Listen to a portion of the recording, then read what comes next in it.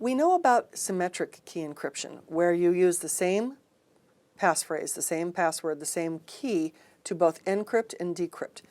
Let's talk about asymmetric. You know, the whole problem of symmetric key and the risk of the compromise of the key was an intriguing problem, and there was a mathematician at MIT named Whit Diffie, and he pondered the problem, and he traveled out west, and he stopped along the way, and he asked different mathematicians their opinion on this. He ended up at Stanford Research Institute and was hired by a guy named Hellman to solve the problem. And he almost gave up, but he finally came up with an idea. Two keys. Two numbers, mathematically related.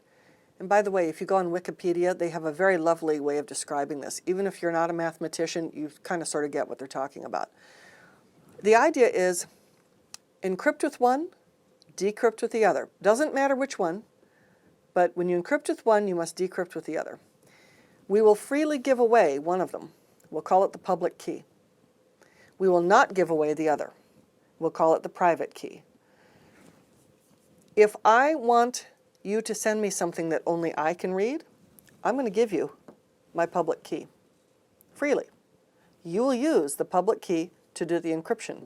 You'll send it back to me. I'm the only possessor of the private key to decrypt it. Now, the nice thing about it is that you and I don't have to meet ahead of time. We do need to use a known algorithm, but the thinking these days about that is that it's okay for everyone to know the algorithm. That actually improves security because you've got thousands of people trying to break this algorithm. So it only makes it better because all the weaknesses get published and get known and get fixed. Okay, so I'm going to give you my public key. You're going to encrypt with my public key. You're going to send it back to me. I'm the only possessor of the private key. You can actually look at public keys right now on any browser. If we were to actually open Windows or Internet Explorer or any browser here, we can see it. You might notice that I've switched to Windows 8 here, slightly different wallpaper. I'm going to open Internet Explorer, and I'm just going to go into the Internet options over here on the right-hand side, into the settings, Internet options, and I'm going to go take a look. You can do this yourself. And it's not just IE, you can do this with any browser. But with IE, I'm going to the Content tab, and I'm now going to the Certificates button. See that? A certificate is merely a public key on a document. The document has not only the key in it, but it also has when does this thing expire, what is it good for, what can you use it for, who issued it, it's signed by other entities. We'll talk about all that in just a moment. Let me go to Certificates, click that. And I'm going to go to the Trusted Root Certification Authorities. We'll talk about what CAs are in a little bit. And here are all of the, in the world, the certificate servers that hand out certificates. And there's GoDaddy and there's VeriSign. We'll even find GoDaddy and have a little fun with it. We'll pick GoDaddy right here. We'll open it up. If you go to the Details tab of a certificate, and you scroll down just a little bit, and find public key and click it. This, folks, is a key. This is the public key for GoDaddy's Trusted Root Certificate. It is 2048 bits long, and it uses RSA as its algorithm. And here it is, folks, right here. There is an associated private key, but you never see that. That is something that is stored in an unpaged part of kernel memory in the operating system, and when it's on disk, stored in disk, it's stored encrypted. So we never visually see the private key, but there is an associated private key. So there we have it. There is the public key of a two-key asymmetric system. And when you have this asymmetric system, we call it public key infrastructure, PKI.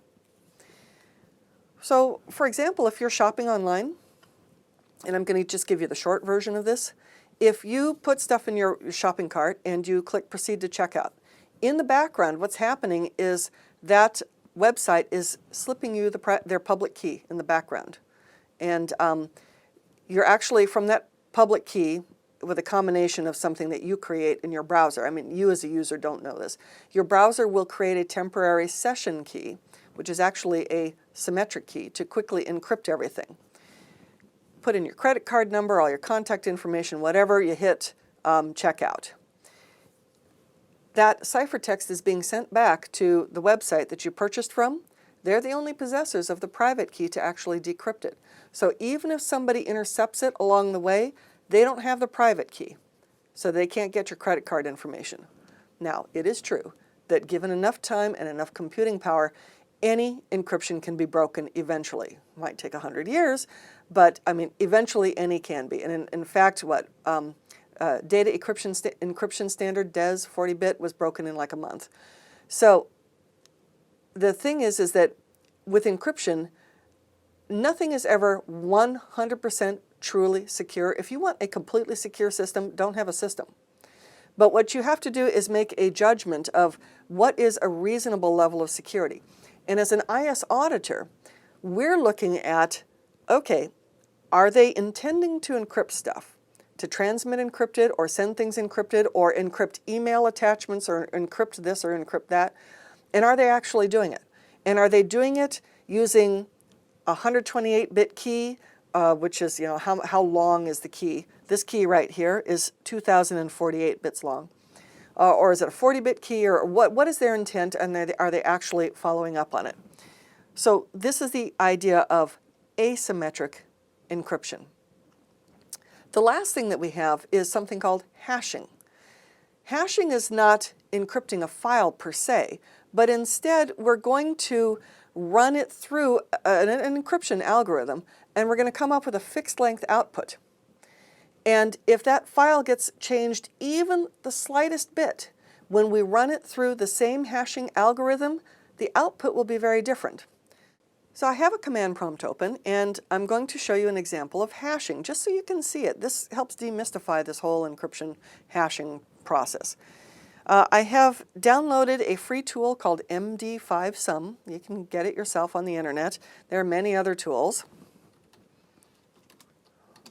And we see that MD5Sum is right here. And I'm going to run this thing, MD5Sum, and it has a description of how to use it. We're going to use it to create a hashing algorithm output.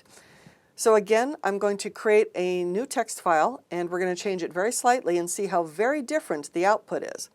So right now, going out to my C drive.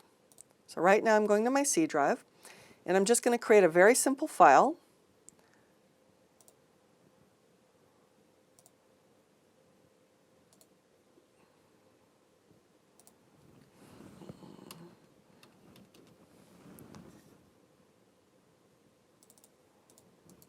And let's create just a really simple text before.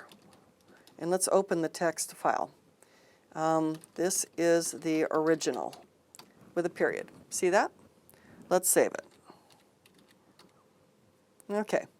Now I'm going to open up my command prompt. And I'm going to run this hashing algorithm. We're going to see the output here. So I'm going to MD5Sums, and it is before.text.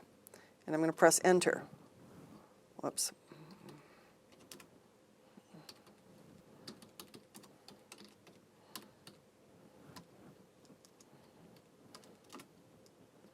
Okay, so you can see right here that this is the MD5Sum of before.text. See that right there?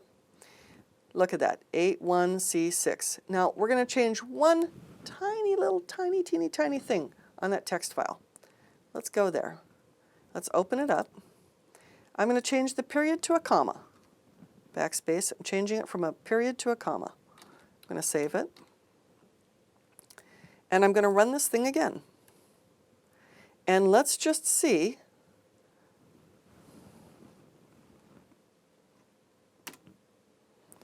Look at the difference. 81C6E, and now it's 3C0E.